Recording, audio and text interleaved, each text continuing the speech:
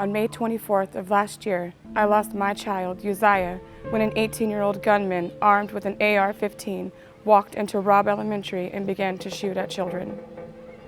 Just days before they were supposed to be let out for summer, my baby, Lexi, and 20 other children and teachers were killed that day. Since that day, we've been begging Governor Abbott to do what's right and institute the most common sense of gun safety laws. Like raising the age from 18 to 21 to be able to buy a weapon of war in Texas, but he didn't listen. Now as we start another legislative session, we're once again begging Governor Abbott, please listen to these voices. It's too late for these families. But maybe, if you show some political courage, you can save the next family from having to endure this kind of heartache.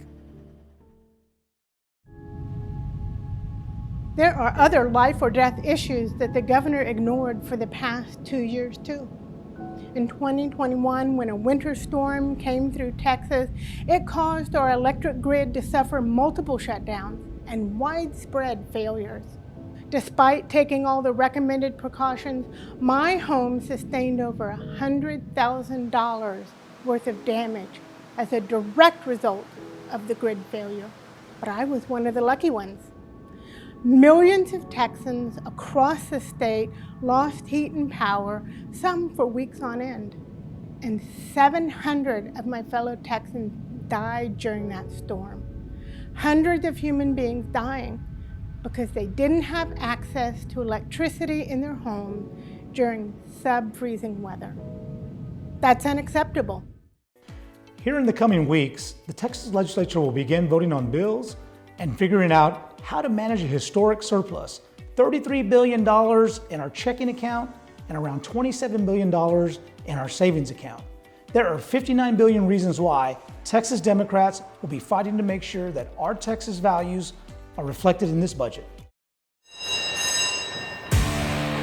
I was a public school teacher here at Lubbock ISD for 14 years.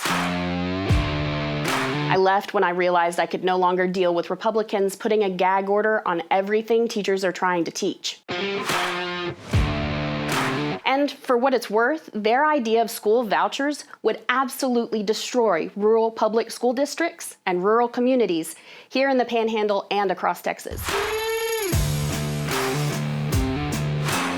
It would crush us here in Houston too, right? What this so-called school choice is really about is defunding public education and sending our tax dollars to wealthy, privately owned schools. This is going to be particularly painful for urban school districts like ours, where funding has already been slashed over decades of intentional cuts.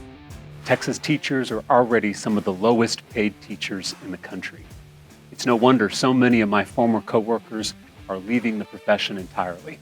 It's no wonder our state has an unprecedented teacher shortage. That's why I filed a bill to give every public school teacher in Texas a $15,000 pay raise. In Texas, we go big or we go home. Let's go big for our teachers and our kids. And during this legislative session, Democrats aren't just fighting for your kids to be able to get a good quality education. We're focused on other kitchen table issues too. My 22-year-old son was born severely disabled, legally blind, and has a lifelong cancer syndrome. There was no possible way we could afford the health care he needed. His number finally came up a few years ago after 11 years on the Medicaid waiver waitlist and dozens of surgeries. The waitlist for pediatric disabled Texans to get a Medicaid waiver is now up to 26 years. Simply because Governor Abbott and Texas Republicans refused to do the right thing and finally expand Medicaid. Governor Abbott, many of these kids won't get services until they're 30 years old. Many will die before they get to that point. Do what's right. Make health care in Texas accessible to all Texans. I'm Hassani Burton, a small business owner here in Dallas, Texas. It's encouraging to know I have Democrats in Austin fighting for job creators and community builders instead of just looking out for big corporations. Texas Democratic policies build communities. Texas Democratic policies support small business. My daddy was an oil driller and then a union refinery trucker. I've lived in the oil fields my entire life, and the community is built on oil. Texas Democrats know that the oil we drill in the Permian Basin is one of the most precious commodities our state has, and they're working to protect our livelihoods while making sure that we're keeping up with where the industry is going. As a dad, a husband, and a Texas Democrat, I care deeply about keeping my family and my community safe. As sheriff, I work hard each and every day to fight crime and make Texas a safe place that all families can call home.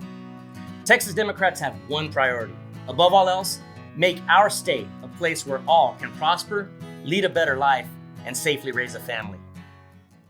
And we're also working every day here in Washington for sensible, bipartisan solutions to secure our border and honor our legacy as a nation of laws built by immigrants.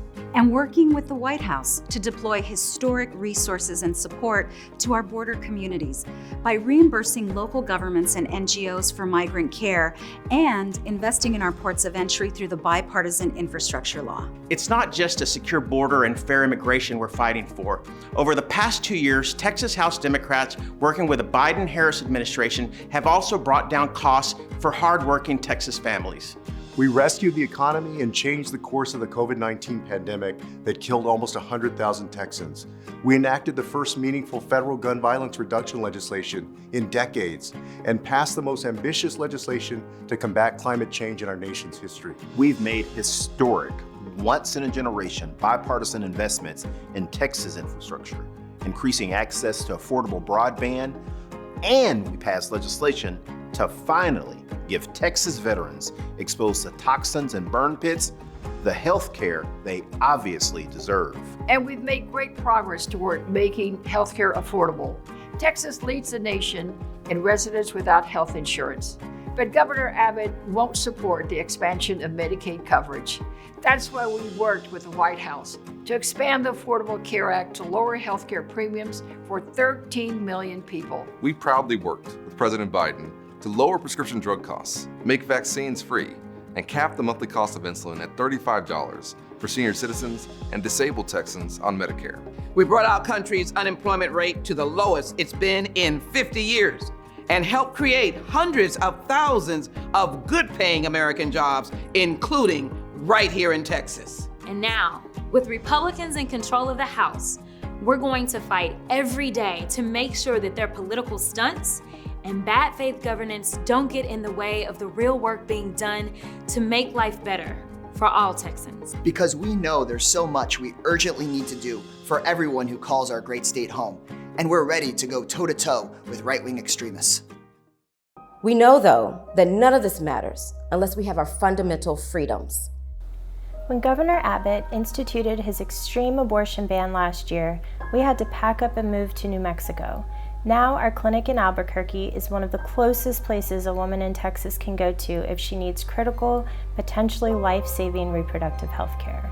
Because Greg Abbott has decided he knows better than you what the best choices are for your family and your health. Greg Abbott wasted your tax dollars by directing the Texas Department of Family and Protective Services to interrogate my son and daughter, my husband, and me right here in our home. His reason? My teenage son, whom I love more than all the stars in the sky, is transgender. That's not a crime, nor should it be. Governor Abbott, you're ignoring the real issues affecting Texans. Like, will my kids be safe at school? Or will I be able to keep the lights and heat on during the next winter storm? But instead, you're focused on unfounded and delusional culture wars because you care more about your title than you do about Texans, like my son and family. You are getting in the way of my parental rights, and you're threatening my kid's life. Get out of the way of my job as a mother and do your job fixing the real issues affecting all of us. There are challenges ahead of us this legislative session. We're not going to lie to you and say the fight will be easy. But we can promise you, Democrats are going to fight because you, the people of Texas, deserve the opportunity to succeed, no matter your race, life background, or where in this great state you call home.